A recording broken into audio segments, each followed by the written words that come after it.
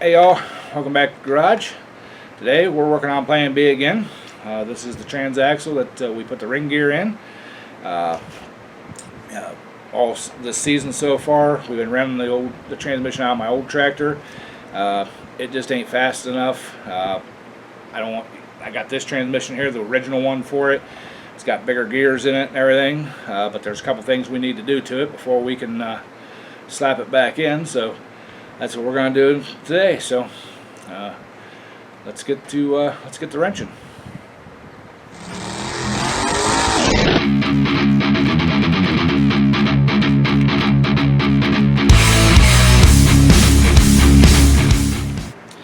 All right, y'all. First thing we need to do, if you guys remember last year, we replaced this oil seal on the outside of this axle. It's not sticking in the housing, so I need to pull the axle back out, clean everything up, and I actually dug up my Loctite retaining compound. That's what this stuff's for. It's really strong, so just basically if you guys remember the last time. If not, if you're first new to the channel here, this has the Pinto carrier and stuff in it, and it's got a lock collar on the axle right in here, right there. So loosen that up. There we go. Spin it out here a few, and there she sits. So on this axle, if you guys remember or not, there's an indent where that lock collar set screw locks in, and that keeps the axle from sliding in and out. So I need to get this seal up off of here. A little easier said than done.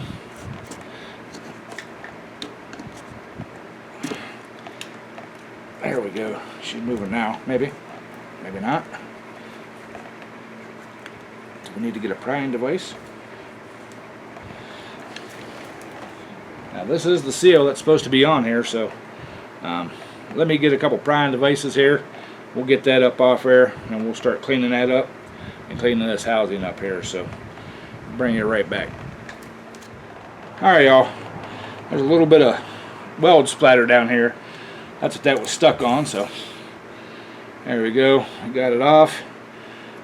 I'm going to get this all cleaned up and everything, and get this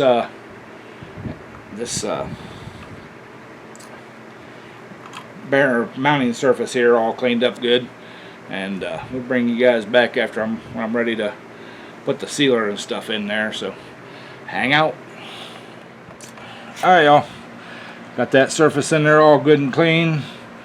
I got all the old right stuff off of this seal here, and I'll tell you this, that when you use this stuff here, you definitely have to have clean surfaces.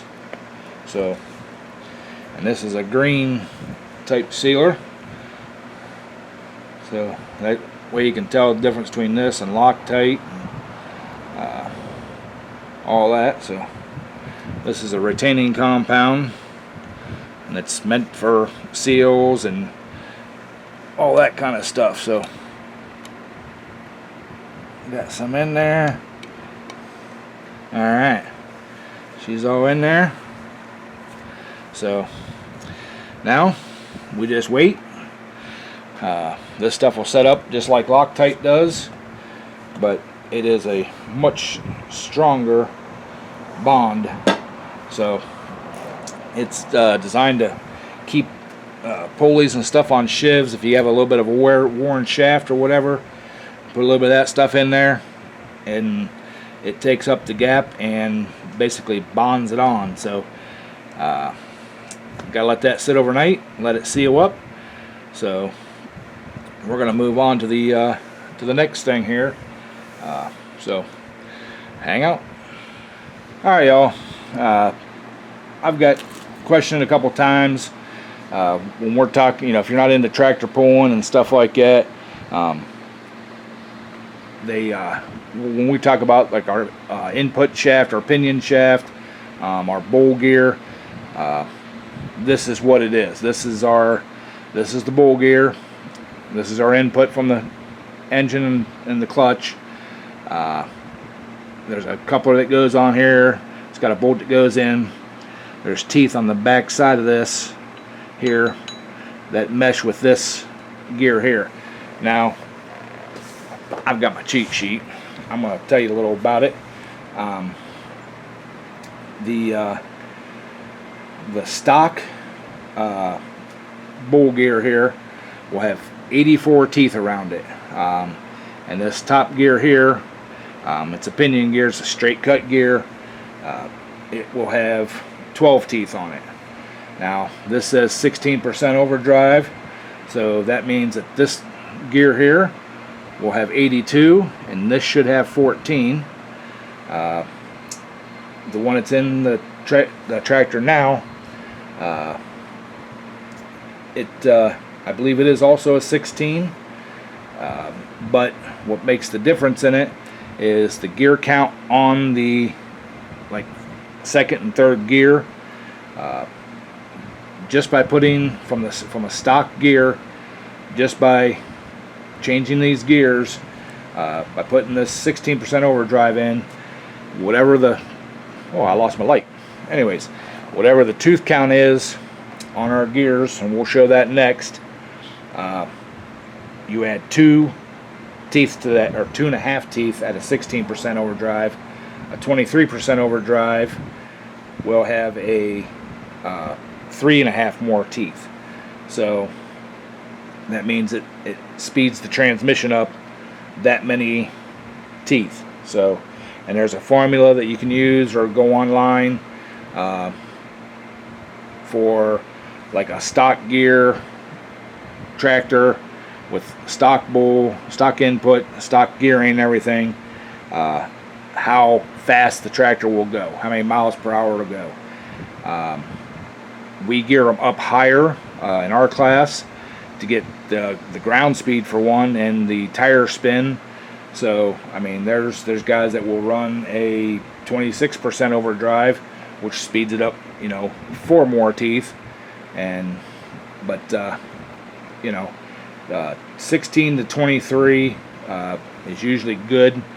I do know a couple guys that do run a 26, but their gear ratio is different inside the transmission. So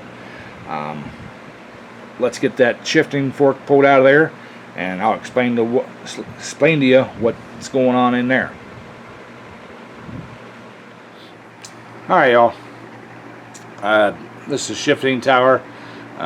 This is the back of the transmission. This would be the front where our pinion's at, up here. So, like I said, took all the bolts out. If you're going to do this, please make sure your transmission is in neutral. You'll have a hard time when you go to put it back together if it's not. So, alright, I'm going to pull that out of there. And see, there's just a little shifter ball here on the end. It goes down into this gear here. See if we can zoom y'all in on that. Okay, there goes in between those two there, and these are your shifting forks. So if you bring the shifter this way, it cooks the ball over here. This is your first and reverse. This side is your second and third. This is our top cluster for second and third gear here. And when we talk about we're running a 20, 21, 22, 23 tooth gear, we're talking about the top gear. Now when you do a gear set, whatever you have to do a bottom set down in that's underneath of here, you have to you have to add them up, and whatever your top tooth or whatever your top gear is, you have to, the bottom one the two added together have to equal 52. If they don't, they will not mesh. You'll tear things up, and it won't be a good day. So I'm gonna clean the spot here off, and because I want to know what gear set is in this. So clean that up a little bit there. Give me a rag. Kind of dry a couple of these teeth off. And I got me a paint stick here. So I'm going to mark this tooth right there. And while we're here, we're going to go ahead and mark that one. And that will be our number 1 tooth. So we got 1, 2, 3, 4, 5, 6, 7, 8, 9, 10, 11, 12, 13, 14, 15, 16, 17, 18, 19, 20. So that's a 20. That would be 3rd gear. Yeah, over and forward. I'm sorry, that's 2nd gear. Yeah, that's 2nd gear. So our 3rd gear, which would be over and back, right? No, over and my shifter here. Yeah, forward. So that would mesh the gear down there. So let's count that one. We got 1, 2, 3, 4, 5, 6, 7, 8, 9, 10, 11, 12, 13, 14, 15, 16, 17, 18, 19, 20, 21, 22. So that's a 2022 gear set, which is actually a really nice gear set.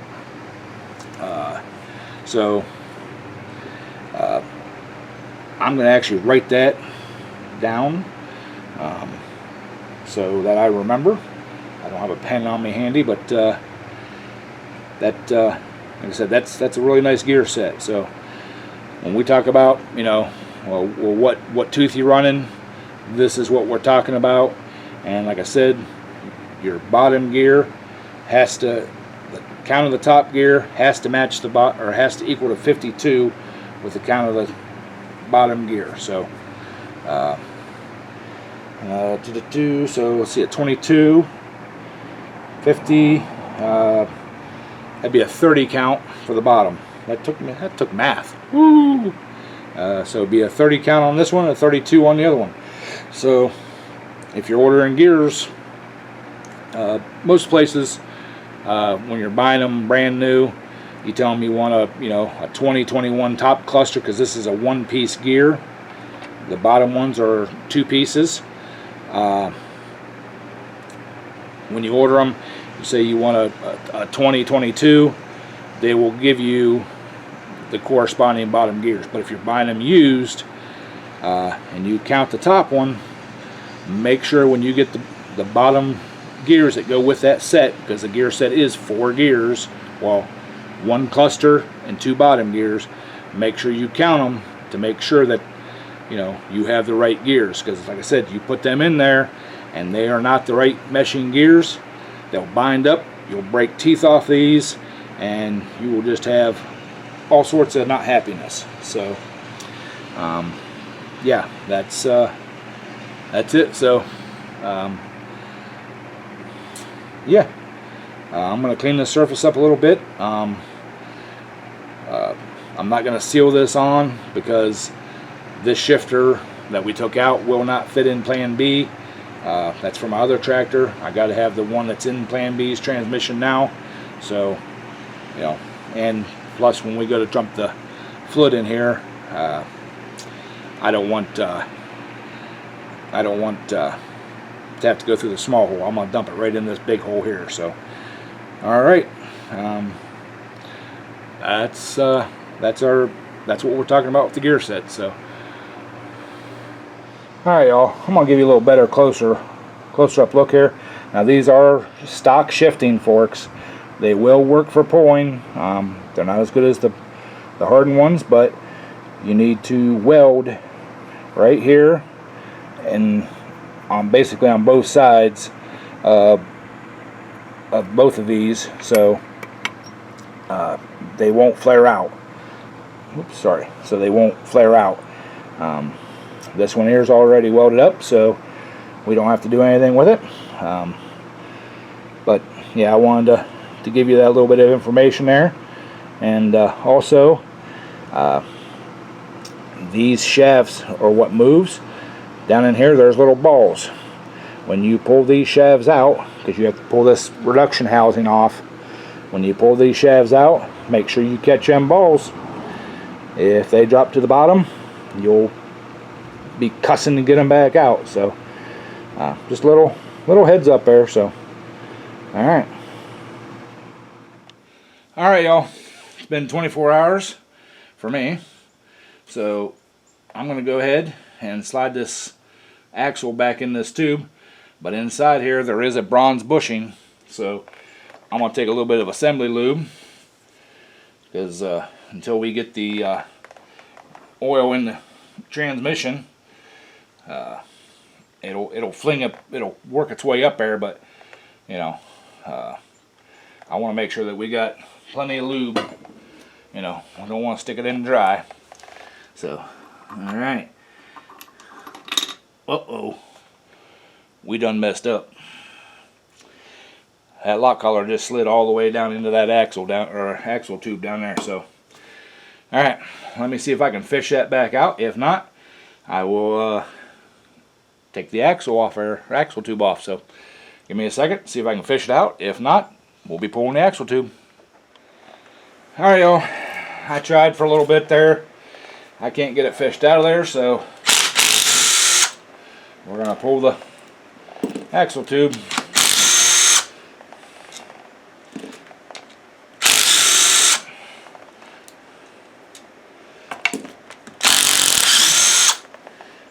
All right. Yeehaw.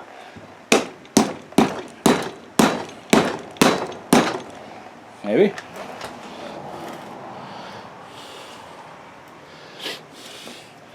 I used that, if you guys remember, I used that right stuff on that axle tube to seal it up.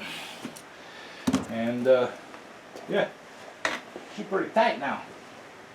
Tight like a tiger.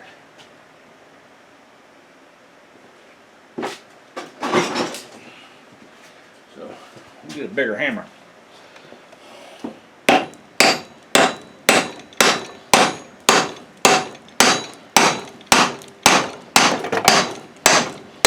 There we go. Woohoo! Whoop, there it is. So, all right. Well, to avoid that, again, what I'm going to do is we're going to slide that thing back in there. Actually, we're going to drop this down over the axle seal. We're going to get our little hole lined up here. I'm going to slide it on until I can see it. Alright, there's that. Now, give me a screwdriver. I'm sliding that lock collar back down in there. Maybe. If my screwdriver was longer.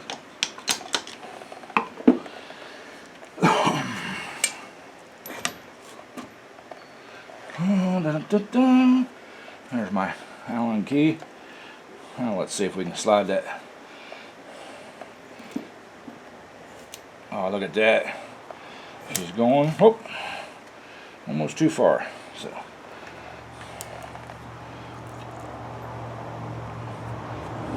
alright, we got her in there. We're going to go ahead and lock her down. Maybe.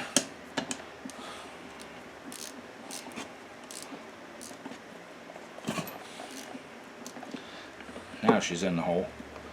There it goes. Alright. She's locked in there tighter than a tiger. So, now, I'll grab my right stuff again.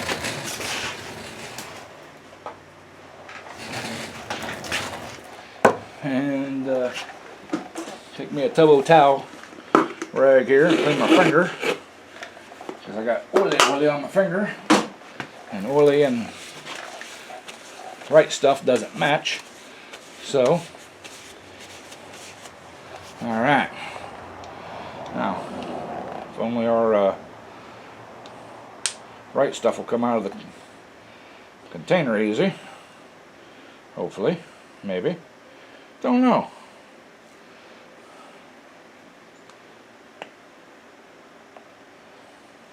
Oh yeah.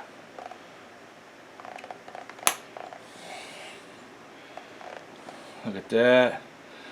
We're just going to put a little thin coat of the right stuff on there. I'm still using that broken bottle, which is a pain in the butt, but you know, this stuff's not cheap, so we're going to use it up, maybe.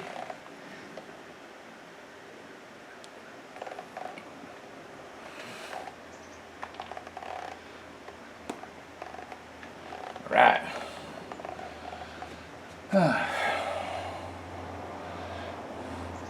Trying to make a quick video for you guys. It's not real long, but I guess I can edit it down.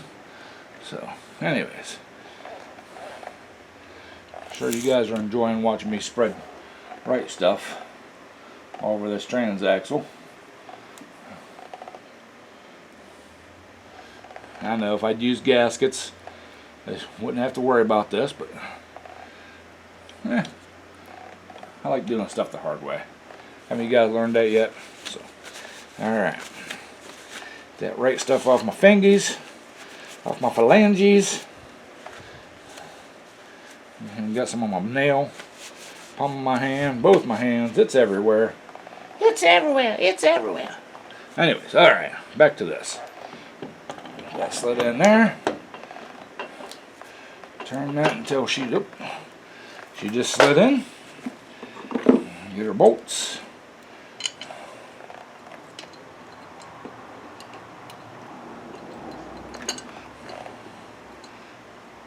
Get that one started. Get this other one over here started. It won't be golden, y'all. Alright, look at that. We're getting there. We're winning. Winning! What's that from, y'all?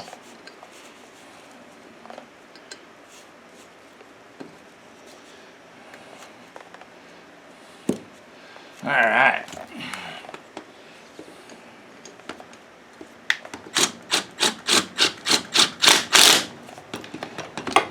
One little piggy. Two little piggy. Three little piggy. Four little piggy. Alright. If you remember, those top two are where it mounts on the frame, so we're not going to put bolts in there. It'll seal up just fine. Just fine. So, I got into a little bit more of that right stuff. Alright. Clean up the hands. And this thing is ready to install back in Plan B. So, alright. Like I said, I'm trying to make some shorter videos, so that's going to do it for this video. Yeah. Alright. Alright, y'all. Like I said, I'm trying to make some shorter videos for y'all if you don't have to sit through a half hour of me rambling and, you know, like I'm doing nothing. But, so this is going to be a shorter one. Putting the transaxle back in is going to be a little longer one, so hopefully they balance out. If you're new to the pulling or just curious about it or anything, I hope the explanation of the gear sets and the bull gears and all that kind of stuff will help you out. Or if you know you want to upgrade your transmission or whatever in one of these Cub Cadets, hopefully the information I gave you helps. We're gonna call it a video. So appreciate y'all watching. If you're new to the channel, please hit ring that bell for the subscribe. I can't even talk tonight. Anyways, hit the subscribe button, ring the bell. If you're new, that's for you're new to the channel. If you like the video, please hit the thumbs up. That does help the algorithm for YouTube, and tells it gets out, you know, they share it out more, get more people to watch, and we can grow the family a little bigger. But family, I like the word family, but are we a family or are we a legion? I don't know. I like legion better. But anyways, appreciate y'all watching, and we'll catch you all in the next one, and keep wrenching.